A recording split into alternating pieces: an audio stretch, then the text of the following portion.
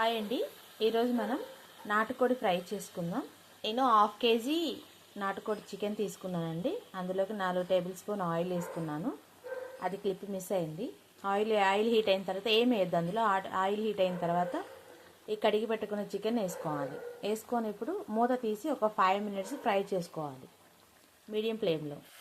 చూడండి, ఈ స్టేజ్లో అంటే కొంచెం 5 మినిట్స్ మనం ఫ్రై చేసుకున్నాం కదా.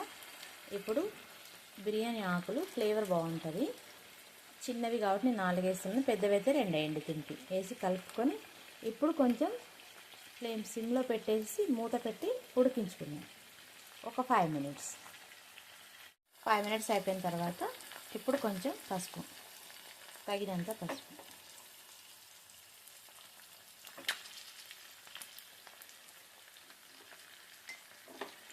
సాల్ట్ కొంచెం వేసుకున్నామండి, తర్వాత వేసుకున్నాము, లేదా ముక్కకు పట్టేసి ఒకసారి తిప్పుకొని ఒక 5 మినిట్స్ కుక్ చేసుకున్నాం మూత పెట్టి.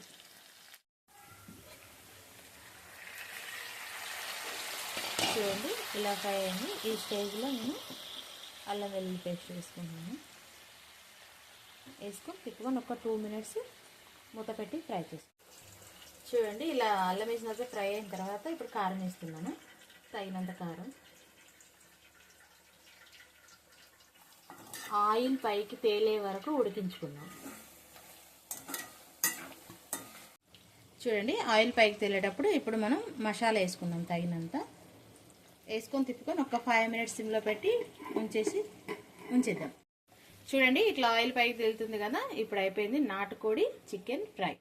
చూడండి, ఇలా ఒక బాక్స్లో పెట్టుకున్నామంటే ఇది బయట అయితే 1 వీక్ ఉంటుందండి. ఫ్రిడ్జ్లో అయితే 15 డేస్ వరకు ఉంటుంది. ఫ్రై చేసి పెట్టుకుంది, ఎందుకంటే వాటర్ కంటే ఏమీ లేదు కదా, ఓన్లీ ఆయిల్లో ఫ్రై చేసాం కదా, చాలా బాగుంటుంది. ఒకసారి ట్రై చేయండి.